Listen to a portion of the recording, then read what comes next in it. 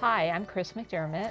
And I'm Stuart McDermott, and we've been associated with Brattleboro Area Hospice since beginning days, which has been over 30 years.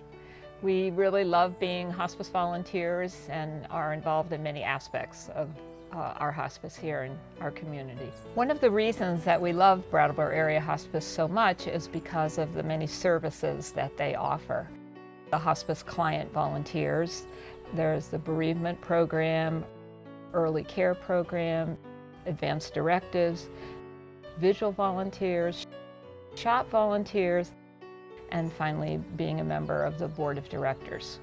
The hospice organization, I think, is very, very important because we care about each other during very difficult times.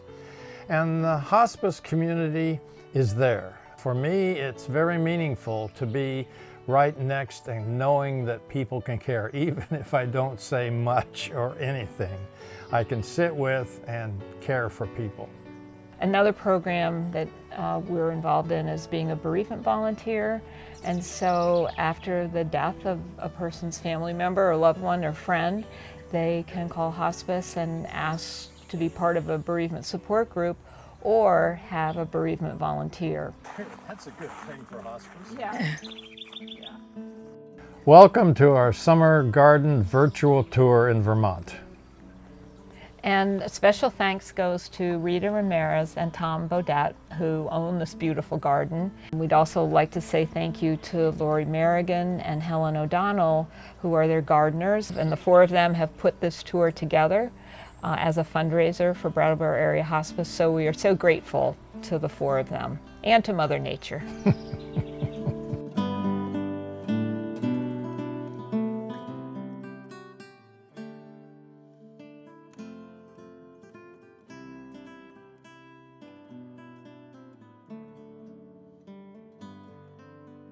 Hi, my name is Rita Ramirez and welcome to my garden. Today we're going to take you on a walking tour through the garden, point out some of the flowers that are really special to us. We've been working on this garden for 8 years and it's evolved and it's been a great labor of love. Welcome. This is the gravel garden, which at one time was all grass. And we decided to turn it into something a little bit more interesting. Mm-hmm. So we took out all of the grass, pounded everything down, laid down the gravel, and then Helen just went at it.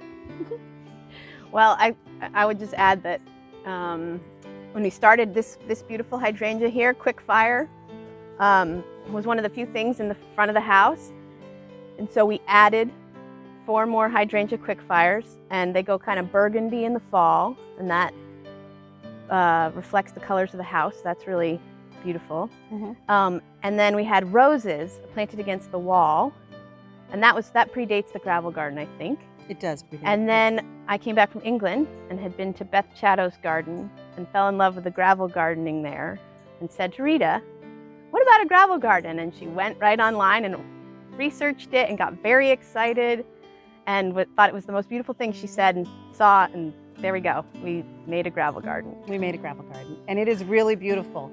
The basic principle for the gravel garden is we didn't add any compost or rich soil. We sort of have like a sandy loam in Dummerston, so it's a pretty good free draining soil already. If it was a heavy clay soil, a gravel garden probably wouldn't work.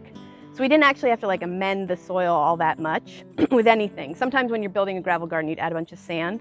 So we just kept the existing soil, but added about 6 inches of this pea stone. And that actually acts like a mulch, retains water, and creates a dry crown for all the different plants. So the plants that are growing in here really like dry crowns, free draining soil, hot sun. We water the roses, but other than that, we don't water. So we have a lot of chartreuse green is Euphorbia stricta, golden foam, which I'd never grown before, but I grew it in my greenhouse, and I thought, oh, that could be a good gravel garden. It is a little weedy in the gravel garden, but you can see that it seeds freely, fills all the spaces, and creates this like gorgeous chartreuse haze.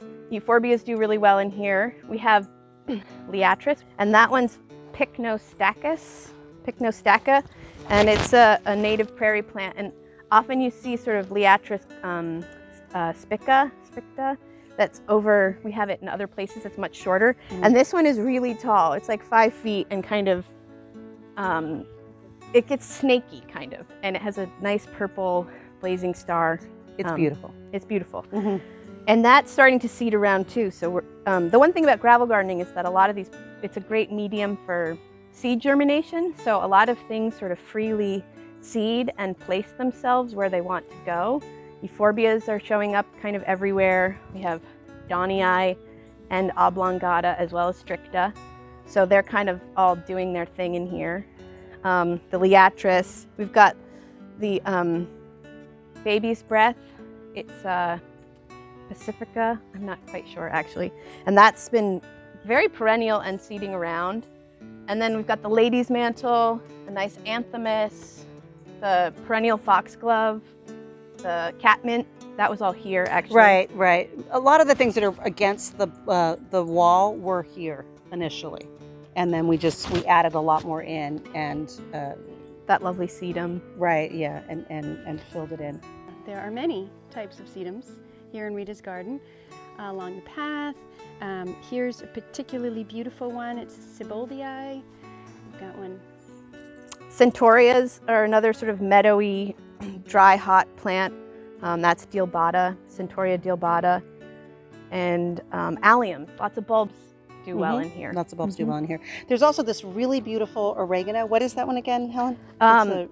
Rotundifolium, Paula's pink. So that's a beautiful, it's not often perennial, but it's perennial in the gravel garden. So a lot of things that wouldn't be perennial in Vermont are perennial in this garden because they get the free draining soils. So much the winter wet makes these plants die, but in this environment, it keeps them drier and gets them through the winter easier. Lori was going to mention the dianthus because we also have a lot. That's another pinks, carnations, little perennial dianthus. This one at the front with the two pale pink flower, that's sort of a typical dianthus that you'd see everywhere. And we've added this Carthusinorum, which is like a very tall, you don't see this often. And that is very happy in the gravel garden and reseeds around. And there's also a very sweet yellow one called Dianthus napii, Yellow Harmony, and that's over there in bloom. So sort of like a place to experiment with these dry, they like the dry, free draining soils, yeah. So some of the things that we want to point out here, I think, are this one that to me looks like Scottish thistle. But I know it's a thistle, but I'm not sure what the Latin name is. Cirsium heterophylla. Never would have guessed it. Never would have guessed it.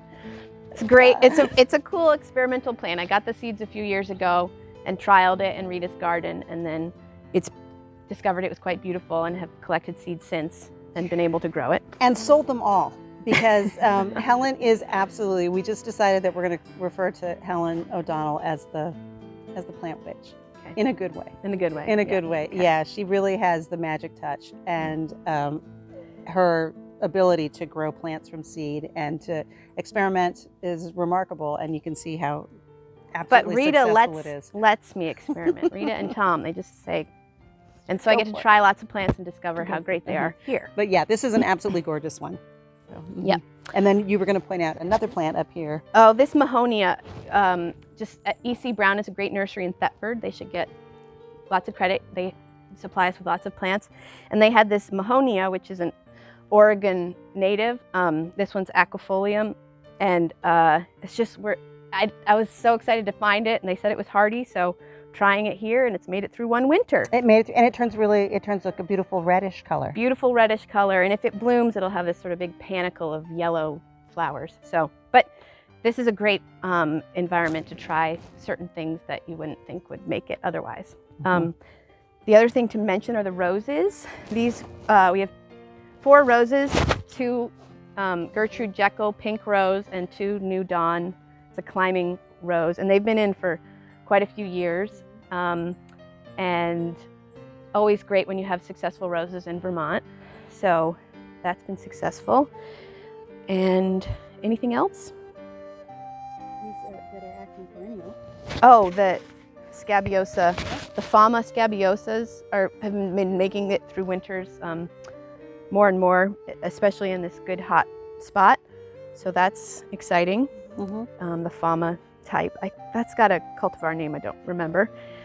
These deutzias are also kind of important plants, I think, along the pathway, and they have this beautiful white flower in the spring, and then they go totally burgundy. I think burgundy is a leaf color that repeats itself through the garden a lot, and it really sets off the house. And those do not get cut back in the fall. And they do not get cut back in the fall.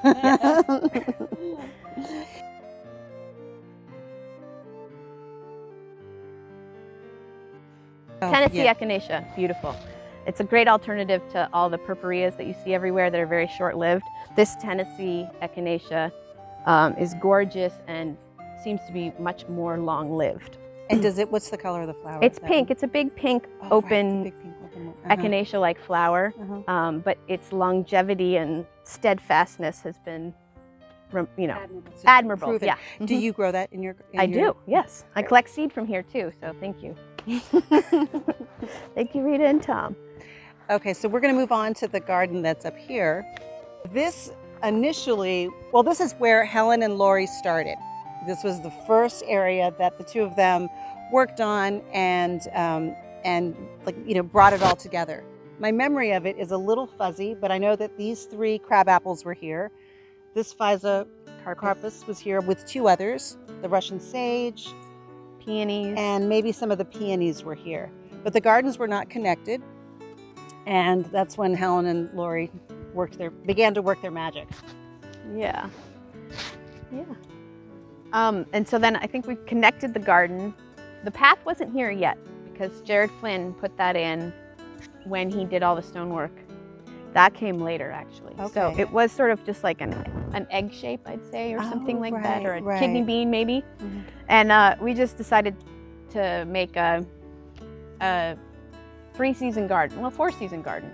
So adding the elements like the Chamaecyparis, the evergreen over there, and the shrubs held their own. We eliminated some of the shrubs and moved them to other parts of the property because it was too much of the Physa carpus. You really only need 1. Yeah, it's pretty big. And this is Summer Wine, a really, really nice cultivar that Sienna planted that predated us when Sienna started the gardens. Sienna McFarland, great gardener. And so we decided to just add more perennials and annual layers to get really a very dynamic garden starting from March till October. So you have tulips and bulbs in the early spring, and then a succession of flowering perennials and annuals throughout the rest of the year. So by the end of the season, it's still in full bloom, and that was kind of our starting place. Some of the plants are gone, but the ones, because it changes all the time. But this Aurelia cordata Sun King has been here through and through and just provides like amazing color and texture throughout the season. Then the Panicum heavy metal, that sort of is the grass that anchors that garden in the fall. And there's a really nice hot pink aster. Right now we have the geranium, Orion geranium in bloom over there, and the garas are just beginning. Gara is a plant you see throughout the garden. We plant them periodically, but they mostly reseed or are perennial in this garden. It's a cultivar called the Bride, which seems to be very hardy for us. And that is a nice plant because it blooms the whole year and adds this just like creamy, pinky white to the bed. Feathery texture. And that feathery texture, yeah. This grass predates us too. This is the Pennisetum Hamlin, pretty sure, that has a gorgeous, puffy, low bloom, midsummer to winter. So that's great. All this bright gold sedum also was here originally, as well as this chrysanthemum ground cover white balm or something. I can't remember what it's called, but that's quite wonderful in the fall. And great now too, because it's a carpet of green. I would say too that this garden in the fall is particularly beautiful. Just the change of the colors, the varying heights. There's a really spectacular look to this garden in the fall. And then we do load it up with annuals in here, and they're really just sort of beginning, but this Kufia Sriracha Rose is a total winner and seeds around. We have a lot of Cleome and Cosmos that come later. This beautiful Clarkia Burgundy wine, which I love, and the Diacia over here, this little sweet pink thing. So pretty. Helen, what's this one back here that's growing with the orangey? Oh, yeah. It's Oenothera Versicolor Sunset Boulevard. And Beautiful. we, last year it was kind of a flop, but this year, I don't know, the season was just right. And we planted it in amongst the Russian sage, and it's been really fabulous. An annual, or is that a?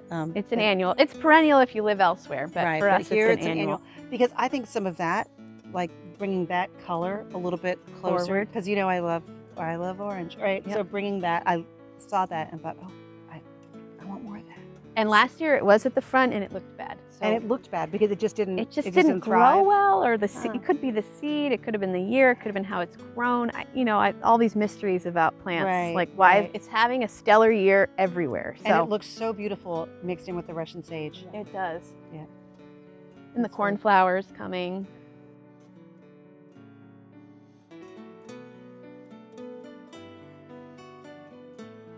Jared Flynn, local stone mason and really a master, installed these the majority of the garden walls, and the stonework is done by him. Trying to remember how this I all know. started. Mhm. The sunroom was put on, and we all went inside, and we started kind of from the inside looking out and trying to decide where we wanted the views to be maintained, where we wanted privacy, and I remember Tom specifically was like, I want to see out to the meadow, and I don't want to block it, because I think my tendency often is to just like plant big and create, like, I don't know why, but so I was like, okay, no shrubs in front, so we'll keep it low and we'll connect it to the surrounding fields.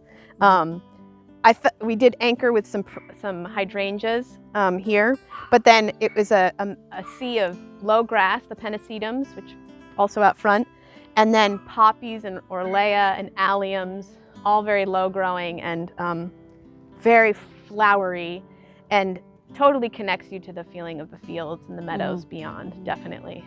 Yeah, it really has like a wildflower feel to it. It does, Mm-hmm. totally. And then over here we planted like a stewardia, because we thought that from the dining room, having a little height, privacy from the driveway, and a place for birds to land and sort of feel like you're sort of tucked into this corner. There's also a magnolia kind of for the similar purpose of sort of blocking the driveway and also creating a little privacy on this side. And habitats for birds, like places for the birds to land, that you can enjoy them from inside the house. That seems really important. You'll see that thalictrum is a plant that kind of carries everywhere, and it's our very tall meadow rue that is see-through. So you get the height, the waviness in the wind, and you see right through it, so you can see out to the fields and the pond on the other side. And you get the most beautiful little purple flower with a little yellow center. It's a gorgeous, gorgeous flower. Fun to garden with Rita because she loves strong color. So she always is saying, I want more orange. I don't think there's anyone I've ever gardened with that wants more orange. So I'm thrilled, like more orange, okay. More orange, yes. So the orangier, the better. Rita's color sense and style is very inspiring and very motivating in this garden. Thank you. So reseeding annuals is a big part of this garden. We've periodically will bring in new rounds of them, but foxgloves, these are all seedlings at this point. We didn't plant any of those. And then poppies, I think in the first couple years we planted a few trays of poppies early on, and this year we planted no poppies. So the seedlings have perpetuated. This is a really good place for them to do their thing because we don't mess with the soil all that much. And the perennials that take over after it's done just leave enough room for them to in the springtime. So it's like they have a lot of room in the spring to do their thing. They kind of die back and the grasses take over. Mm-hmm. So it's a true succession. Look at the beautiful sea of poppies and orlea, which is breathtaking. Morning, afternoon, evening. It's absolutely gorgeous. It makes you want to just sit out here and stare at it. And when the breeze comes through and it flows, it's really something.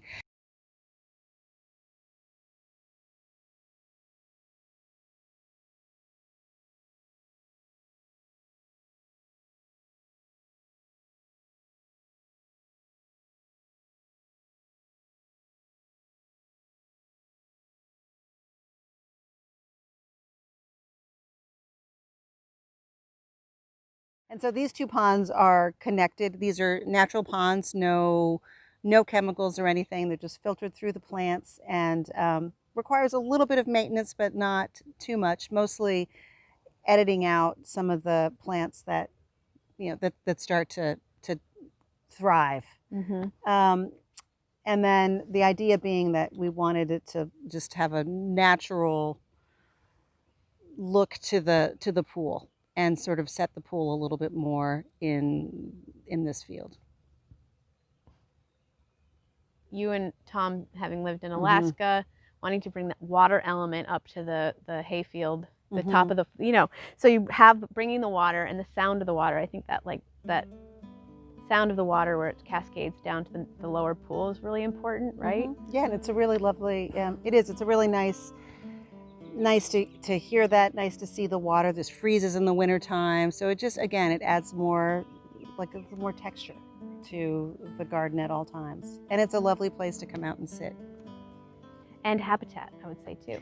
And habitat, exactly, yeah. There's, of course, frogs, all kinds of different birds that come, and yeah.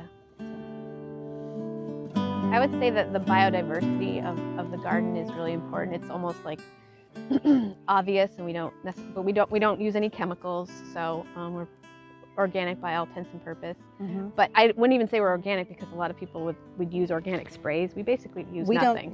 We put down what we do, manure, and that's about it. That's about it. Manure and water. Really good soil, good compost, and lots of water. Yep. And just if there's plants or pest bugs, you kind of just let nature run its course. So like we had problems with lily beetles, we seem to not have problems anymore. We've done almost nothing except hand-pick bugs occasionally. We hand-pick caterpillars if they're getting out of control.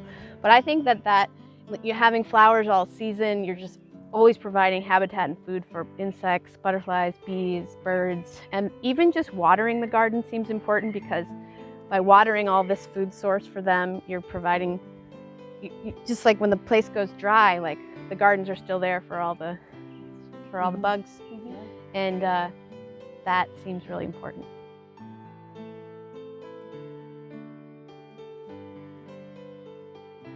Somebody asked me about this garden the other day, and they were like, "Are there any natives?" And I actually went and looked. We have a ton of native plants in the mix, so there's like a very sort of tropical feeling and very floriferous, and lots of plants that are non-native that are really showy, but we have tons of native plants in the mix, including this bog cranberry.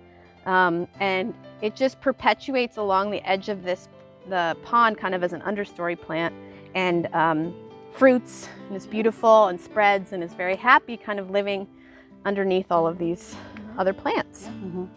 Yep. Other natives are like this Asclepias tuberosa. It's a U.S. native anyway. I don't know about New England.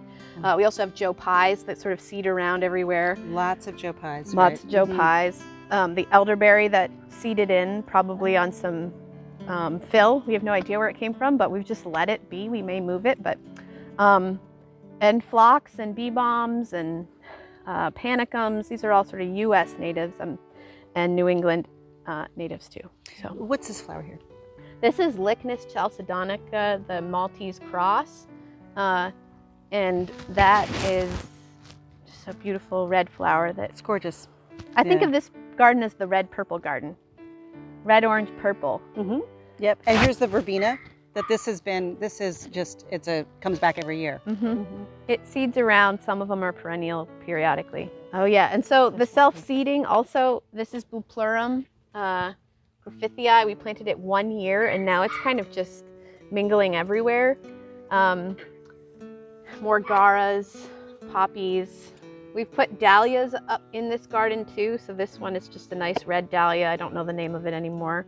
Mhm. And the zinnias and the Great Dixter tall marigold cinnabar So beautiful. Yeah. is kind of a orange-red feature.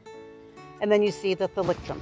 And then the thalictrum, which is kind of all around us. Mhm. And it may have too much of a presence this year, but it is, It is gorgeous. We're going to let it all flower, and then we'll make a decision. yeah. This is the elderberry. That's the elderberry that just came in as a seedling. And so it's massive. It may be too big for this spot, but I think we all have that sort of philosophy that we're gardening with the natural processes. So things show up, we work with it. Things die, we work with it. It just, it's kind of an ebb and flow. Every season feels really different up here, I think. It really does. Other interesting plants, Centranthemum pineapple sangria. Smells like pineapple. It's purple, little sort of mum-like flower.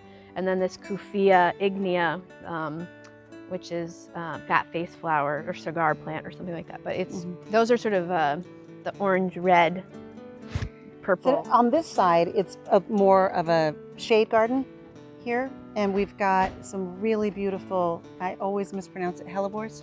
Hellebores. Hellebores. Here, there's a few more over in this area. Some ferns. There's this asparagus. And then what's the big, huge Jurassic Park looking?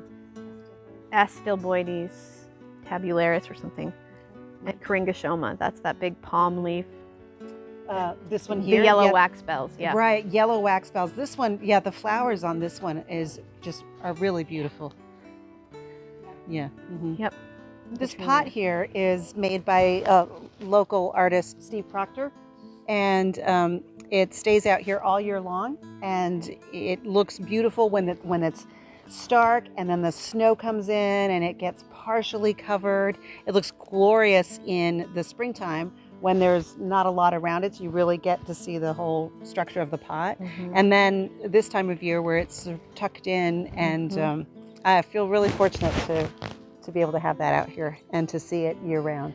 And right now that blue allium, that little blue globe, is Allium azurium. So that's sort of just a blue allium. It's so beautiful. And it's blooming with the coral zinnia and the chartreuse of the bupleurum that's sort of self-seeded all around. And then the Ehrlichnis, the bright red. So pretty, yeah.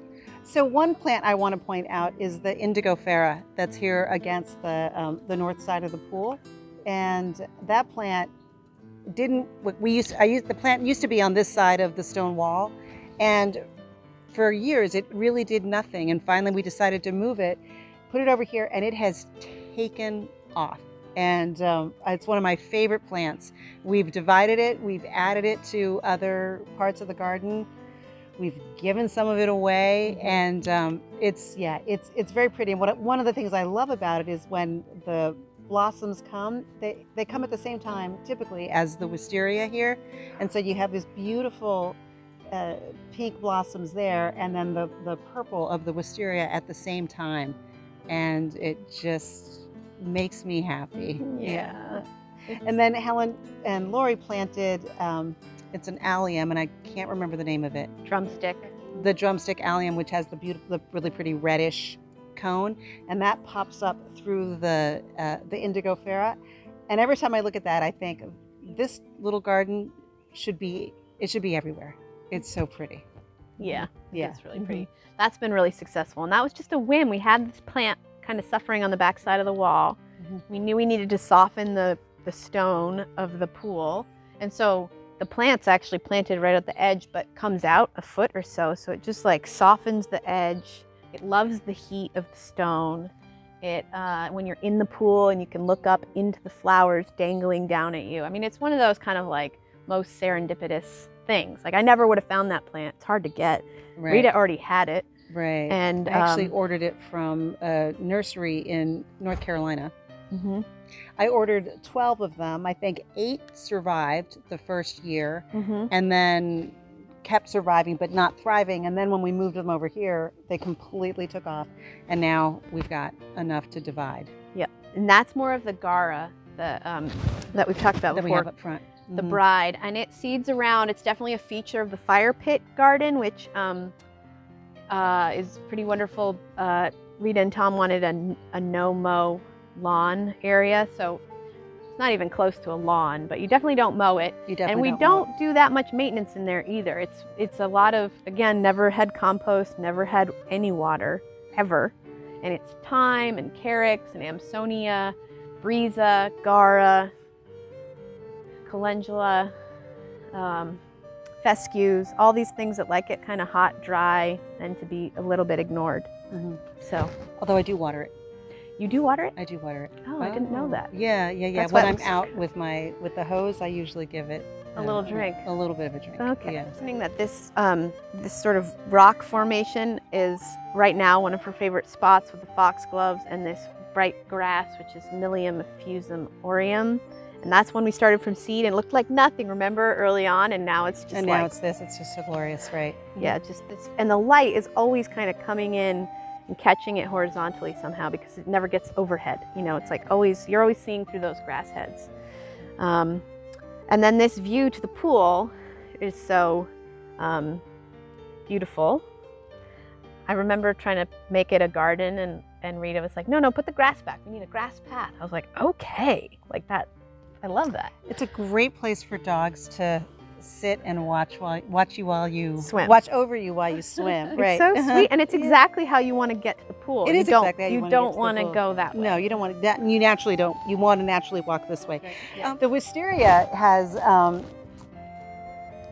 It is. I'm just learning how to prune the wisteria to get it to blossom, and I feel like I've finally reached a point where I've arrived, and it requires pruning twice a year, and it also needs to be unwound and stretched out. And my goal is to have it eventually to cover the entire pergola, so that it can be shaded when we're out during the daytime. But I give Rita full credit for the wisteria. I didn't think wisteria bloomed in Vermont particularly, so Rita got determined and she did all the research and did all the work, and now it blooms every year, and it's amazing. Yeah, we're just past the blooms, but you can see how they're still on the vine. The lilies hanging over the wall, this was sort of like, what do we do here? We took the indigo ferret out. Anything planted low you wouldn't see, but you don't want to block the view. So we took a whim and on a whim bought these lilies lectinii, and they've just totally spread, but they hang, they're orange.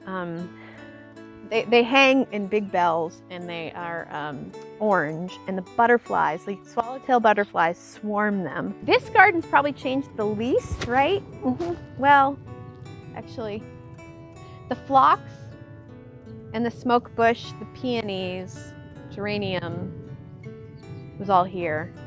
And the front edge, these salvias, these beautiful purple Nemorosa salvias, were all here. Sedums, daylilies. We added the lilacs to give structure. Also, we needed to move them from when you put on the sun porch. We needed a place to put them, and so we thought some more anchoring shrubs in this garden would be good, and that has been pretty successful. It's the Tinkerbell lilac. The valerian was here. Was that here? I think it was here. So that tall white plant is valerian, and it's very fragrant and beautiful this time of year. It's a little weedy, so it definitely needs to be sort of managed. We have to weed out more than half of it every year. This year it's having a fabulous display. Gives great height there. We've added all the annuals, the salvias, and that pink dianthus, the calendula, the penstemons we've added over the years. The yarrow is here. It's sort of a wild yarrow, millefolium, and it's beautiful, even as a ground cover. So after it goes brown, we just cut it, and it's just a carpet of that ferny foliage. This is usually a pretty colorful, very colorful garden. So in the fall, the zinnias come up. There's a lot of zinnias, and often there's the big castor beans, and yeah, not this year. Anything else? This is sort of like the. It's very pretty, and it doesn't. I don't think it gets the. I don't want to say it doesn't get the attention it deserves, but it's like, you're rarely do you walk over this way, right? So mostly you are looking at it from this side, but when you do walk around, it's like it's a nice surprise. Yeah. Yeah. Whenever I take a picture of this border and I think, oh, this is so pretty, whenever I look at the picture, all I notice is the view.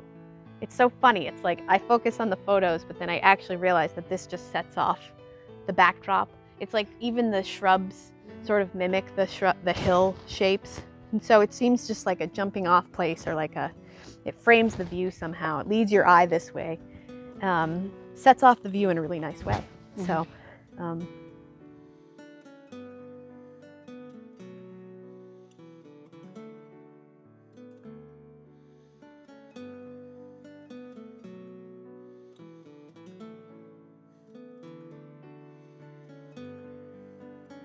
So here we've got the lilies and then the allium that's planted, that's mixed in with them. And then over here is one of my favorite parts of the garden. Is the fire pit garden, and it's got this beautiful Amsonia, which it's such a gorgeous flower. And what I like about this, like as Helen mentioned, it's very drought tolerant. And it's got some more of the Gara here. And then this, what's this grass here? Blue fescue. Blue fescue. Yeah. Blue fescue. And I would just say one thing that's been really interesting about working here is that, like, the Samsonia blue ice was planted at the front of the pergola, but it didn't quite get enough sun, so it didn't bloom. And so we moved that, as well as all that geranium on the backside, from that garden, from the pergola bed. And here it's really flourished. It's like, just like reimagining, if plants aren't working in a certain area, just like trying to give them more of what they want, or experimenting. Maybe it would have been a flop, but it was very successful. And I like how in this garden, all the pathways, we let so many plants seed themselves in, so that you're sort of walking through the garden, in the garden, amongst the plants. That's definitely like an ethos aesthetic that we really learned from Great Dixter. We both spent some time at Great Dixter volunteering in that garden, and to experience the garden, you're kind of experiencing the plantings, and to brush past, to have to move a plant aside so you can get through, is a very intimate way to sort of be in the garden and feel the garden. And so we definitely are trying to do that here, where, like, you saw Rita trying to walk through the pathway to the fire pit. You have to sort of walk through the plants, and that's a beautiful experience. I mean, everyone loves walking through a meadow, so letting the plants kind of be where they want and navigating through them is part of the experience and aesthetic, definitely. Yeah, and I would also add that I don't have a watering system, and so watering is another way to really get to know your garden. Like just to stand out there and to just admire it while you're watering, and you see things in a different way. If I had a watering system, I would miss so much of what's happening day to day. This other plant that's very interesting and rare is the toothbrush plant. It's sort of a vertical grass called Bouteillea gracilis, and I grew it on a whim, never knowing what it would do. And we planted it up here, and it sort of leapt down into the cracks, and it's totally beautiful, and it's so unusual. We came in after all this, everything was built, and it was sort of a blank slate, so I felt like it was our job to soften all these different elements with plants, and I think that that's been the goal, and and that it's a combination of planning things and also letting things happen. The advice I give a beginner is be adventurous, and pack your garden full of plants and just try things, because I feel like there's sort of a snowball effect. Like once you know that one thing was great, then you can try that again and then add the next element. So like the more you learn, the more you try, the more you learn. Like, buy something you've never seen before or never heard of. Like I think people get sort of paralyzed by like, my God, I don't know what this plant is. Just if it looks good, or if the picture looks good, the description is particularly captivating, like just buy it, try it, give it some love, and it'll probably be great. Or it'll be a flop, but it'll be like one flop of. And I guess the other thing I would say is that I don't particularly like empty space in a garden. Some people do, and so you have to know your aesthetic. And I think our aesthetics are all kind of aligned, that we want it full, and floriferous and just in succession so that there's something happening. I think the succession is really important. I love to look out at my garden and see color all seasons and see like the structure, like some of the structural plants that I don't necessarily notice, but they give the garden some depth and some texture, and that continues throughout the season. That's That the is the goal. goal, Yeah, you right? want to have something happening all the time. So One of the great things about gardening with Helen and Lori is that we get to oftentimes do this, where we sit, we have coffee, we talk about all the things that are happening in our lives, and we talk about the garden. And this is where a lot of our ideas start to take shape. It's where a lot of our ideas become stronger, and it's one of my favorite things about gardening with Helen and Lori is getting to spend time together with them like this. Helen's ideas, my ideas, Rita's ideas. It's a fun project. yeah, it's like friendship and plants and gardening and work. It's all together in And the good mix. food, it's all tied Good food. together. It Yeah. feels like a really special collaboration in this garden. If Rita didn't have such strong loves of color, it wouldn't be the same. It just wouldn't be the same. She loves orange, and we'll be out shopping and find a plant that's just crazy enough that we think, Rita's gonna love this. We've got to get this plant. We've got to try it, even if it's on the edge, if it's on the border of our zone. And it might not be hardy. We just put it in the gravel garden. Yeah, definitely a collaboration. Unusual and beautiful. So thank you for visiting with us.